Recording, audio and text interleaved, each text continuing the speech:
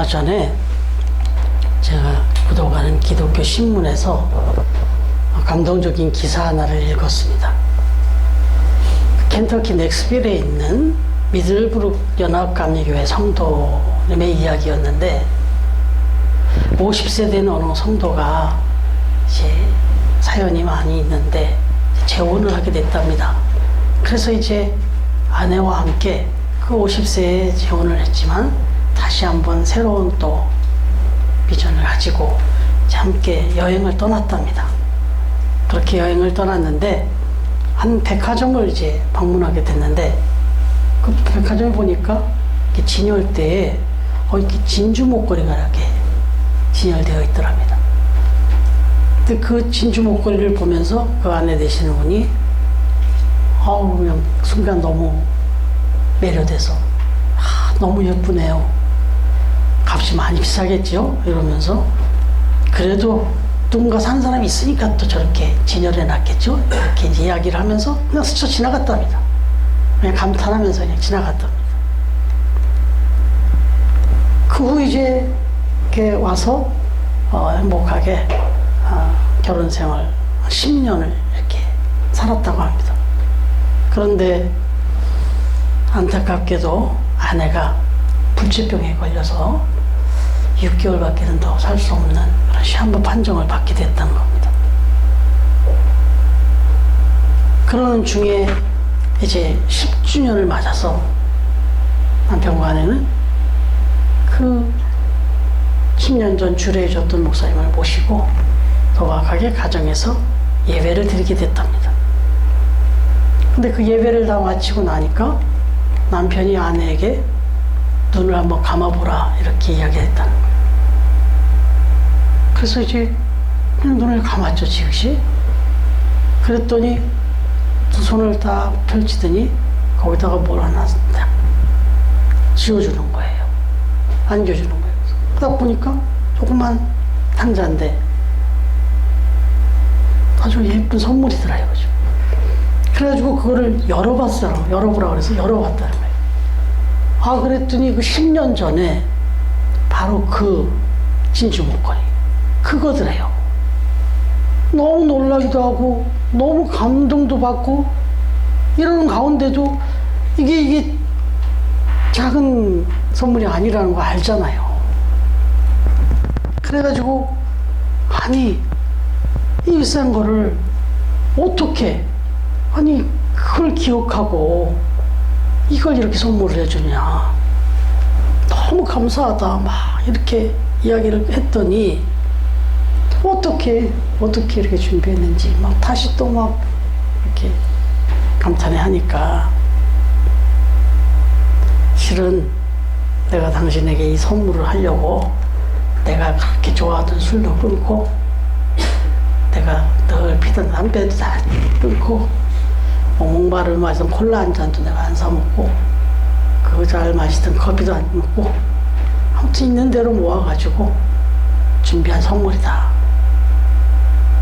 그랬더니 또 어떻게 그럴 수가 있었냐, 어떻게 그러면 10년 동안을 그렇게 한결같이 이걸 하나 준비해 주려고, 이 선물을 나에게 주려고 이렇게까지 마음을 모았다는 얘기냐 그랬더니 어떻게 그럴 수가 있었냐. 또 막 눈물을 뚝뚝 흘리니까 내가 당신을 사랑하니까 그렇게 했죠. 내가 당신을 사랑하니까. 딱 이 한마디로 딱 상황 종료가 됐다는 거예요. 어떻게 하지만 사랑하니까. 이 한마디로 끝난 거예요, 그냥. 여러분, 그런데 참 그 사랑의 속성이 여러 가지 있지만 사랑을 하게 되면 내가 그 사랑하는 상대에게 보여주는 가장 공통적인 특징이 하나 있다면 자꾸 뭐든지 주고 싶은 거예요. 그 중에 그걸 우리가 토탈로 얘기하면 선물이죠. 네. 여러분, 부모도 자식을 사랑하니까 뭐든지 주고 싶은 거죠. 그럼 부부도 마찬가지고, 지금 이야기한 대로. 그런가 하면 하나님은 어떠시겠어요? 하나님이 저와 여러분을 사랑하신다는 증거가 뭐냐면 하나님이 우리에게 선물을 주십니다. 하나님이 저와 여러분을 사랑한다는 걸 어떻게 알 수 있냐? 하나님이 우리를 어떻게 사랑해? 그리고 하나님이 잘 보이지도 않는데, 근데 알 수 있어요. 그건 하나님이 저와 여러분에게 선물을 주셔요. 그래서 아는 겁니다. 그걸 오늘 사도 바울은 이제 이어서 지금 이 유대인들에게 이야기합니다. 여러분들은 하나님의 선물을 받은 사람들이다. 그러면 그 하나님은 여러분들을 사랑한다. 그런 뜻이었어요. 그러면 여러분, 하나님은 도대체 무슨 선물을 주시는지 한번 우리가 궁금해지죠? 오늘 말씀을 한번 들어가 보시면 1절에 1절 같이 한번 다시 읽겠습니다. 시작. 그러므로 우리가 믿음으로 영생하심을 받았으니 우리 주 예수 그리스도로 말미암아 하나님과 화평을 누리자. 아멘. 여기 뭐 믿음으로 의롭다 하시고 얻었다. 이거 뭐 어떻게 말로 다 할 수 없는 선물이에요. 의롭다고 인정받은 거. 근데 이게 별 실감이 안 나서 이게 선물인지 잘 못 느낄 수 있는데, 이어서 하는 말씀이 우리 주 예수 그리스도를 통해서 말미암아 하나님으로 더불어 화평을 누리자 그랬어요. 그 얘기 뭐냐면 화평을 선물로 줬다는 거예요. 평안을 선물로 줬다는 거예요. 여러분, 이 세상 사람들이 다 누구나 평화를 원해요. 그렇죠. 평화를 원하지 않는 사람이 어디 있어요. 근데 이 세상의 역사는 전쟁이 없었던 날이 거의 없대요. 수천 년의 역사를 얘기하는데 보면 다 전쟁사예요. 지구 여기저기서 계속 싸워요. 더군다나 지금 지구촌이 되나갖고 이제 어디서 싸우면 다 영향을 받아요. 여러분, 어제 우리가 또 기도하며 또 마음을 모으고 있는, 많은 구원은 아니더라도 기회가 될 때마다 하루도 안 빼놓고 기도하고 있는 선교지가 러시아 모스크바 아닙니까?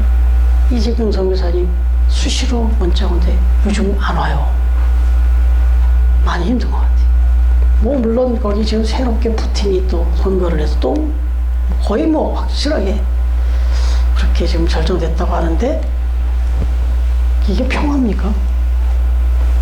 지금 우크라이나와 본인도 생각도 못한 전쟁의 기간이에요. 지금 이렇게 오래 갈 거라고 생각도 못했죠.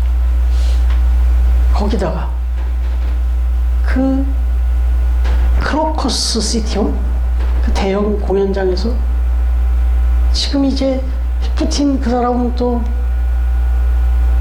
차르 그러는데 황제예요 거의. 그래서 소련 역사에, 러시아 역사에 30년씩이나 이렇게 한 사람은 없었는데, 이 푸틴은 이제 지금 이제 또 당선이 돼서 가면 2030년까지 30년을 집권하는 거 된다고 그래요. 얼마나 그 자기 욕심이 이루어졌고 자기 계획이 이루어졌다고 생각할 수 있을지 모르겠지만 얼마나 불안하겠어요. 그런데 러시아 그 모스크바 심장부에서 대형 테러가 벌어졌습니다. 여러분, 평안이 없습니다. 우리는 이 세상에서 평화가 없는 이유가 뭘까 생각해보면 돈이 없어서가 아니에요. 뭐 건강하지 않아서가 아니라 돈이 없어도, 건강이 없어도 평안할 수가 있어요. 그런데 성경은 결정적으로 왜 이 세상에 평화가 없느냐, 왜 이 세상에 평화가 깨졌느냐, 그건 죄 때문이라고 그래요. 죄 때문. 하나님 앞에서 아담과 하와가 처음 창조함을 받고 살았을 때 그때 완벽한 유토피아가 거기 있었잖아요.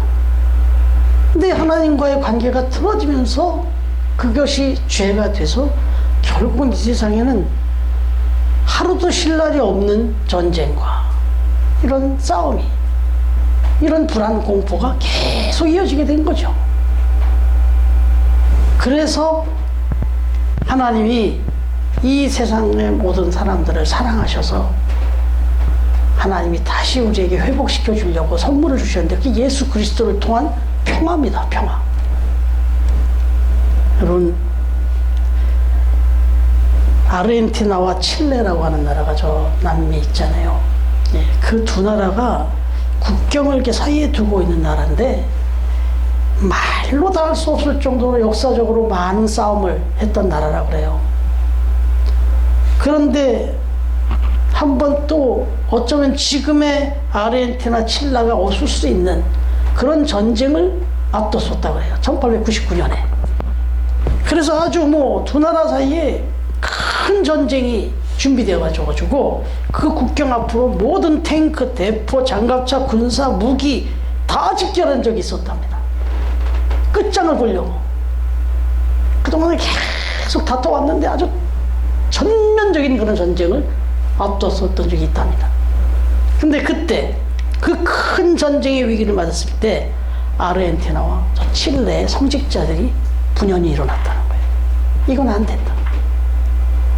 그래서 목사와 신부들이 평화의 사도로 나섰다는 거예요. 그 딱 중앙에 목숨을 걸고 나서서는 여러분, 우리가 서로 이렇게 싸움을 하는 것은 우리뿐만 아니라 우리 자손들 모두에게 비극입니다. 이렇게 전쟁을 일으키면 결국은 두 나라 모두가 불행해집니다. 전쟁은 절대로 안 됩니다. 예수 그리스도께서 보여준 그 희생과 사랑을 본받아서 우리 그리스도의 사랑으로 하나 됩시다. 정말 절절하게 외쳤다고 그래요. 물론 기도했겠죠. 이게 극적인 타결이 됐습니다. 그래가지고 그냥 물러주고 헤어진 게 아니라 평화로 안 싸우기로 하고, 좀 다른 표현하면 다음을 기약하고 헤어진 게 아니라 거기에 끌고 왔던 대포, 탱크 뭐 이런 무기들을 다 녹여버려가지고 동상을 하나 세웠습니다. 그게 지금 이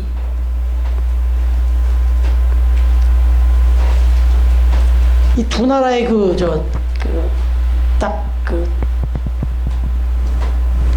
경계선에 있는 산맥이 있는데 그게 안데스 산맥이라네요. 바로 그 안데스 산맥 위에다가 예수님의 동상, 큰 동상을 만들어 세웠다는 거예요. 여러분, 어떻게 됐을까요? 우리가 기억하실 정도로 130여 년이 지금 지났는데, 135년? 이 정도 됐는데 두 나라가 아직 전쟁이 없습니다. 싸움이 없습니다. 이게 상징적인 거죠. 그래, 평화는 예수 그리스도의 사랑으로, 하나님의 사랑으로 지켜지는 거지, 주어지는 거지, 인간적인 정치 협상, 무슨 경제 협상으로 되는 게 아니라는 걸 보여준 아주 상징적인 예가 지금 역사적으로 지금 있습니다. 여러분, 에베소서 2장 14절에도 이렇게 써 있어요. 그는 우리의 화평이신지라 둘로 하나를 만사 중간에 막힌 담을 허시고 그랬습니다. 바로 이 말을 그 안데스 산맥에 세우는 그 동상 밑에다가 써놨대요. 그리고는 지금 여러 가지 다투려면 또 다툴 일이 얼마나 많았겠습니까? 그런데 지금까지 평화를 누리고 있다, 이 얘기입니다. 여러분, 우리의 삶 속에서도 정말 우리가 구체적으로 살아가면서 해야 될 일들이 있고 또 의식해야 되는데, 우리 안에는 하나님께서 주신 평화의 선물이 있습니다. 그걸 우리가 가지고 평화의 도구로 쓰임을 받아야 돼요. 저와 여러분이 있는 곳은 평화가 임해야 돼요. 왜? 우리가 예수 그리스도를 구주로 믿고 살아간 사람들이니까. 오늘도 떡과 잔을 받았는데 이런 것들을 통해서 우리가 그렇게 새로워져서 우리 삶의 현장에서, 분쟁의 현장에 저와 여러분이 가면 평화가 임해야 됩니다. 그런 구체적인 또 삶의 한 팁으로 주보 뒤에다가 지금 하나 글을 실어드렸잖아요. 네. 보면 살면서 우리가 해야 할 말들, 힘내세요, 걱정하지 마세요, 용서합니다, 감사해요, 사랑해요. 아주 너무 평범한 말 같아 보이면서도 우리의 마음의 진정성을 담고 이 말들을 우리 삶 속에서 하며 살면 부부관계도, 가정도, 또 직장도, 그 어떤 공동체에서도 우리가 평화의 사도로 평화를 이루어 살아갈 수 있을 줄로 믿습니다. 예, 그게 첫 번째 선물이고요. 두 번째 선물은 뭘까요? 2절 한번 읽어볼까요? 2절 시작. 또한 그로 말미암아 우리가 믿음으로 서 있는 이 일에 부담감을 벗어오며 하나님의 영광을 바라고 즐거워하느니라 그랬습니다. 11절도 시작. 그뿐 아니라 이제 우리로 화목하게 하신 우리 주 예수 그리스도로 말미암아 하나님 안에서 또한 즐거워하느니라. 그렇습니다. 우리가 진짜 기쁨을 평안과 함께 기쁠 수 있는 방법이 하나 있는데 그거는 하나님이 주신 선물을 받는 거예요. 그걸 받아들이는 거예요. 하나님은 우리가 기쁘게 살기 원합니다. 그래서 하나님 우리에게 기쁨을 주셨습니다. 세상적으로 뭘 어떻게 해도 세상의 기쁨은 그냥 엔조이, 이거는 그냥 흘러가고 스쳐 지나가는 거예요. 어떤 때는 그런 그 쾌락적인 그 즐거움을 추억하다 보니 그게 나를 망쳐요. 그게 나를 망친다. 그런데 이 기쁨이라고 하는 것은 하나님이 주시는 것이다. 요한복음 14장 27절 이걸 한번 찾아서 읽어주실래요? 요한복음 14장 27절 평안과 기쁨인데 이게 다 누가 주시는 거냐? 하나님이 주시는 거라는 거예요. 예수님이 주시는 것이라는 거예요. 선물이라는 겁니다. 요한복음 14장 27절 찾았어요? 예, 한번 읽어주세요. 요한복음 14장 27절. 예. 평안을 너희에게 끼치노니 곧 나의 평안을 너희에게 주노라. 내가 너희에게 주는 것은 세상이 주는 것과 같지 아니하니라.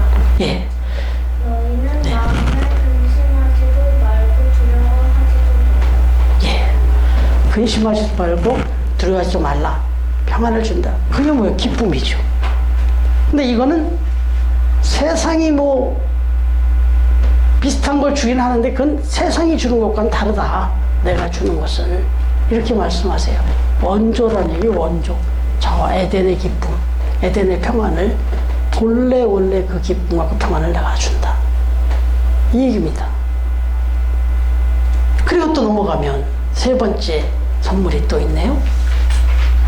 3절 4절입니다. 같이 읽겠습니다. 시작. 다만 이뿐 아니라 우리가 환난 중에도 즐거워하나니 이는 환난은 인내를, 인내는 연단을, 연단은 소망을 이루는 줄 알미라. 여러분, 이게 뭐예요? 뭘 선물 주신다는 거예요? 환난을 당하고 그렇지만 인내를 항마해서 연단하시고 결국 소망을 이루는 줄 알아요. 결국 하나님이 우리에게 주신 아주 큰 선물이 하나 있는데 소망입니다. 소망. 어떤 상황 속에서 우리에게는 믿을 수 있어요. 하나님을 믿으면서 소망이 잘 되고 있어요. 잘 되고 있는 줄 믿어요. 우리는 소망이 있습니다. 그리고는 뭐라고 또 이어지냐면 5절 시작. 소망이 부끄럽게 아니함은 우리에게 주신 성령으로 말미암아 하나님이 사랑이 우리 마음에 부은 바 됨이니. 이거예요. 하나님의 사랑이 우리에게 부은 바 되는데 그 선물이 뭐냐? 소망이라는 겁니다. 그래서 하나님의 사랑이 우리 마음에 부은 바 됨을 우리가 느껴야 한다는 거죠. 성찬식도 다 그런 의미에서 하는 겁니다. 여러분, 소망은 뭐 여러 가지가 있을 수 있지만 희망하고 달라요. 희망은요, 희망사항은 그냥 막연해요. 그냥 그렇게 됐으면 좋겠다, 저렇게 됐으면 얼마나 좋을까, 이게 희망사항이에요. 근데 소망은요, 이렇게 됐으면 좋겠다, 저렇게 됐으면, 이게 아니라 대상이 확실해요. 이걸 이루어줄 분이 딱 정확히 있어요. 희망은 그냥 그러게 바람일 뿐이지 이게 어떻게 이루어질지 누가 이루어줄지도 모르고 대상이 없어요. 소망은 확실해요. 이걸 이루어주실 분이 있어요. 그러니까 그분에 대한 믿음 안에서 소망을 갖는 거예요. 나를 바라보면 소망이 없어요. 내 자신을 보면, 내 건강을 보면, 내 재정 상태를 보면 여러 가지로 힘들고 어렵고 괴로운 일이 더 많아요. 걱정, 염려, 불안이 더 많아요. 근데 하나님을 보면 하나님은 뭐 아무것도 아니고 하나님이 이루어 주신다고 약속하시면, 하나님이 응답하시면 그건 아무것도 아닙니다. 네, 그러니까 이게 소망인 거예요. 오늘 박경희 선생님하고 갔다 온 얘기 또 안 하면 서운하잖아요, 그죠? 지금 오다가 그런 얘기를 했어요. 이제 어머니 지금 위해서 기도를 많이 하시는데 너무 좋은 도우미분이 오셨다는. 그래가지고 근데 그분이 또 그분도 도우미 일을 여기서 처음 하신다니. 그래서 양쪽 다 그 도우미에게도 참 좋은 집에 왔잖아요, 지금. 예? 이런 믿음의 가정에 왔으니 남다른 감사가 있는 집안이에요. 그러니까 그분도 감사한데 그분이 또 그렇게 어머니한테 잘하신다니. 그러니까 서로 잘한대. 그런데 뭐라고 얘기가 결론이 나왔냐면 박경희 선생님이 그 자매 기도회가 있잖아요, 마리아 기도회가. 목사님, 우리 자매 기도회가 하나님이 너무너무 응답을 잘해 주신대요. 저보고 기도 제목 있으면 얘기하래요. 그래서 부탁드려야죠, 저도 기도 제목이 많은데. 저도 많이 기도하지만 정말 잘 들어줄 수밖에 없죠. 근데 기도를 잘 들어준다는 얘기가 뭐냐면 소망을 하나님께 두는 거예요. 지금 집안의 여러 가지 일, 뭐 가정적인, 뭐 사업적인 일, 뭐 건강의 일, 모든 것들, 관계적인 일들이 있지만 이런 것들을 그것만 쳐다보고 있으면 정신없어요. 마음이 불안하고 잠도 안 와요. 그런데 눈을 들어서 하나님을 바라보는 순간 이거 하나님의 능력 앞에서는 아무것도 아니거든요, 이거. 그건 하나님을 믿는 거예요. 그리고 하나님 마음에 들게 받는 삶을 나는 하나님의 기쁨이 되어서 살면 그러면 하나님이 그건 책임져 주시니까 그게 중요한 거죠. 나는 하나님의 뜻 앞에서 어떻게 살 것인가만 고민하시면 되고요. 지금 내가 안고 있는 여러 가지 문제들은 그건 하나님이 책임져 주시는 거죠. 이 소망 가운데 살면 기쁨과 평안은 따라오는 거예요. 이겁니다. 여러분, 한 가지 이야기만 드리고 마치도록 할게요. 동화 중에 고드름과 눈사람이라는 동화가 있었어요. 내가 그걸 읽었는데 겨울이 이제 끝나는 시점 이제 그때 고드름은 많이 슬퍼합니다. 왜냐하면 곧 따뜻한 봄이 되면서 다 녹아버릴 테니까. 그런데 곁에 있는 눈사람, 얘는 아무렇지도 않은 듯 싱글벙글 웃고만 있어요. 그래서 고드름이 물어요. 야, 넌 이제 곧 네 몸이 다 녹아내리면 그냥 죽어버릴 텐데 아무것도 없는데 두렵지 않냐? 걱정되지 않냐? 불안하지 않냐? 이렇게 물었어요. 그랬더니 눈사람이 빙그레 웃으면서 아니, 난 녹으면 물이 돼. 그래갖고 산과 들을 다 적시면서 생기를 불어넣을 거야. 그리고 저 꽃들을 잠에서 깨워서 활짝 피게 해줄 거야. 그리고 더 노력해서 난 바다로 갈 거야. 바다는 원래 내 고향이거든. 다 그렇게 얘기했다. 근데 뭐가 두려워? 난 너무너무 지금 앞으로 벌어질 일들을 나는 아주 소망 가운데 난 너무너무 즐거워, 기뻐. 이렇게 얘기했다는 거예요. 이게 동화책 얘기예요. 성경 이야기가 아니에요. 동화책 얘기예요. 근데 성경 얘기잖아요. 근데 성경 이야기잖아요. 전에 말씀드렸잖아요. 거기 우리 여기 삼동에 같이 사시던 분, 여기 노점상도 하시고 막 그렇게 하시고 그렇게 아주 애쓰면서 그렇게 하시고 제가 그것도 밀어드리고 막 그랬다고 했잖아요. 그랬는데 엘리베이터 딱 터지니 막 얼굴이 빵글빵글 하더라고. 그래서 뭐가 그렇게 좋으신 것 같더니 이사 가요 그러시더라고. 어디 요 뒤에 희망대공원 아파트 거기 분양 받아서 그리 들어갑니다. 그러면서 언제 이사 가는데 여기 한 달도 남았어요. 그런데 막 얼굴꽃이 폈어요. 소망이에요, 소망. 물론 그 물리적으로 좋은 일이 벌어진 건 맞지만 내일에 대한 소망이 있으면 지금 뭐 좀 힘들면 어떻습니까? 지금 좀 부족하면 어떻습니까? 이거예요. 적어도 저와 여러분은 좀 그렇게 사셔야죠. 믿음과 화평 가운데 예수님을 바라보고 하나님 바라보며 산다. 믿음을 가지고 산다 그러면 저 사람이 정말 믿긴 믿는 사람이야 싶은 얼굴을 갖고 살면 안 되잖아요. 지금 이 얼굴로 이렇게 사셔야 됩니다. 예. 바라기는 우리 모두 이러한 소망을 가지고 하나님이 우리를 사랑하사 예수 그리스도를 통하여서 이 보혈의 피를 흘리셔서 우리를 새롭게 하시고 우리에게 화평과 기쁨을 선물해 주신, 소망을 선물해 주신 그 하나님의 은혜를 누리면서 살아가는 복된 성도들 다 되시기를 주님의 이름으로 축원합니다.